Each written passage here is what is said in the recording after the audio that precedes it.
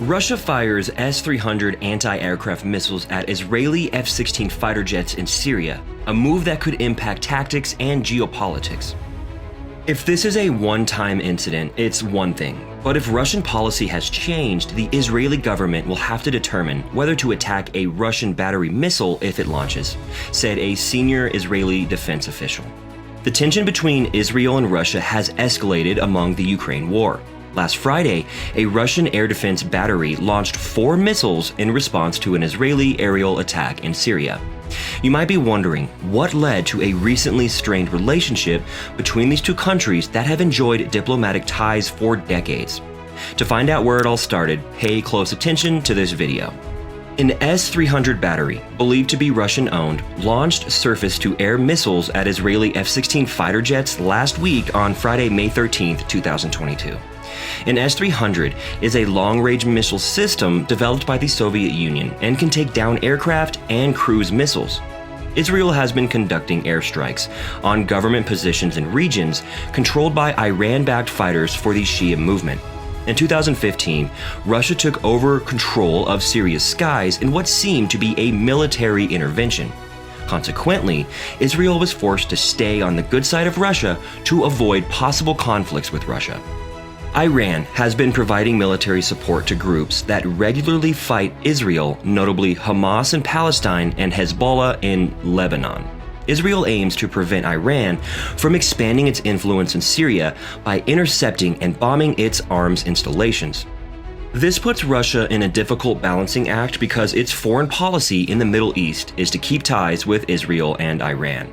Moscow has placed itself as the critical intermediary between the two warring states. Even though Moscow condemns airstrikes carried out by the Israeli Air Force, it allows operations that serve Moscow's goal of curbing Iran's presence in Syria. However, on this Friday night, Russian soldiers opened fire on Israeli fighter jets using S-300 anti-aircraft missiles, which signified a change in Moscow's attitude toward Israel. According to reports, the unprecedented event occurred when Israeli jets bombed multiple targets near the city of Masyaf in the northwestern part of Syria. The airstrike claimed 5 people while 7 were critically injured, all of whom were members of a Pantsir short-range air defense system defending the location. Reports indicate that the Syrian unit launched dozens of anti-aircraft missiles that failed to thwart hundreds of Israeli airstrikes on Syria.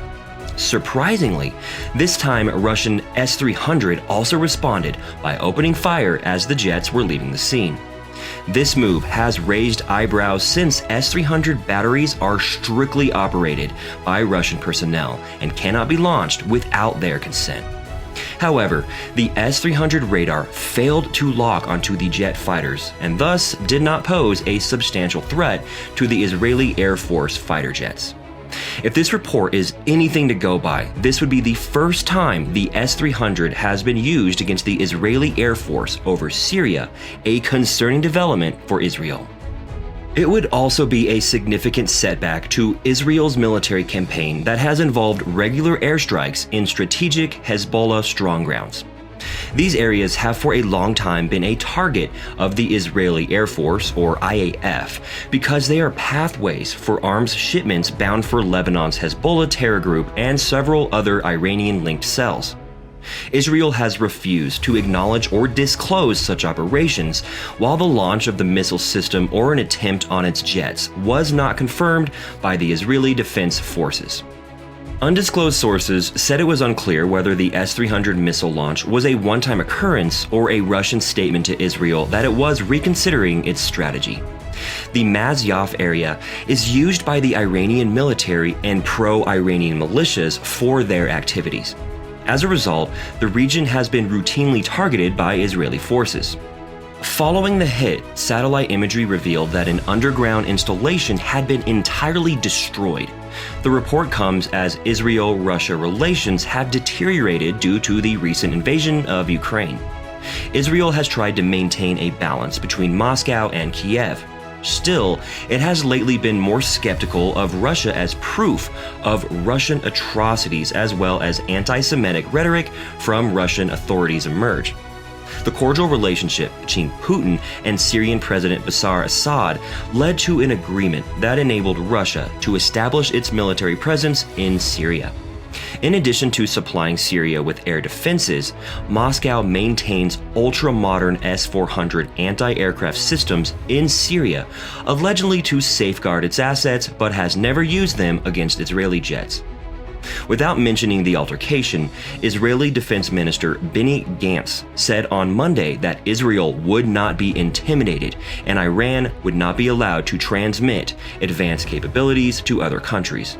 Hit the thumbs up button and subscribe for more exciting developments if you liked this video.